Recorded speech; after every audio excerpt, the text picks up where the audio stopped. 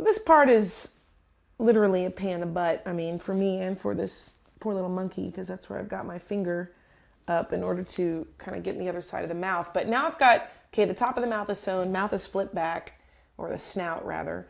And again, one reason this is tricky is because you want it to be, you know, you don't want the snout on crooked, even though that might look kind of cute in some cases. I mean, most people want the snout on kind of straight. So that makes it a little tricky. So you just have to kind of really just kind of be thinking about where your stitch is going. And it's, you know, I think this is the trickiest part of the project here. But let's see here. So I'm just going to kind of get ready to now pass that stitch down to the bottom.